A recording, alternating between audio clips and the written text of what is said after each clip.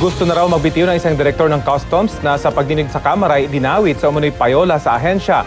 Lumabas din ang umunoy paggamit sa pangalan ni Presidential Son at Davao City Vice Mayor Paulo Duterte sa pagkubra ng pera ng tinaguriang Davao Group.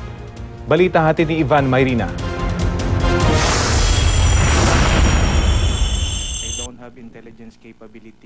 Dahil lang daw sa delikadesa kaya nagsumiti na ng courtesy resignation si Milo Maestricampo bilang direktor ng Import Assessment Services o IAS ng Bureau of Customs. Hindi raw ito pag-amin sa anumang pagkakamali dahil nabanggit lang naman siya dahil sa trabaho sa IAS. Pagdiin niya wala siya sa listahan ni Customs Broker Mark Taguba na mga tumatanggap ng tara o padulas sa mga shipment sa Customs. Wala akong pakialam kung Davao Group, Cagayan Group, Manila Group ka. Kung lumabas ang katotohanan na ikaw yung gumagamit ng pangalan ng IAS, walang pakialam. Kaya kung i-defend sarili ko. Ang Davao Group ay binanggit ni Taguba na gumagamit ng mga pangalan at hindi lang ng IAS. Sinabi niya ring may 3 tao raw na panayang pag-name drop o pagbanggit sa Vice Mayor ng Davao City.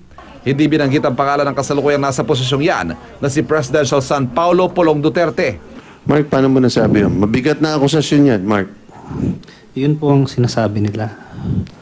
Paano mo nasabi na meron silang karapatan para sabihin yon? Your Honor, chismis lang naman yun.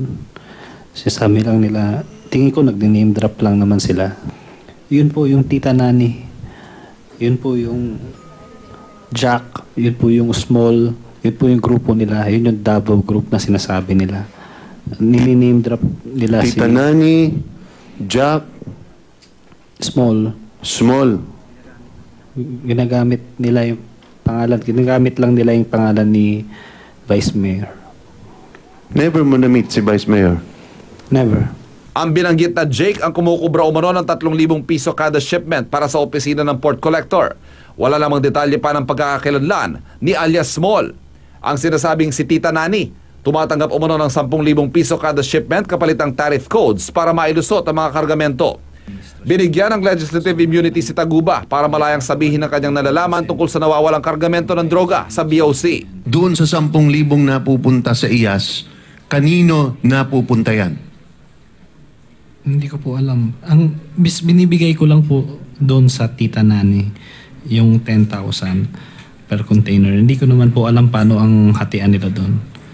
Itong 10,000, sa buong talambuhay mo, wala ka na-encounter na resistance nang gagaling sa iba't ibang opisyal kapag naibibigay na yung kabuuan ng 27,000, dire-diretso na ang pasok nung mga lata.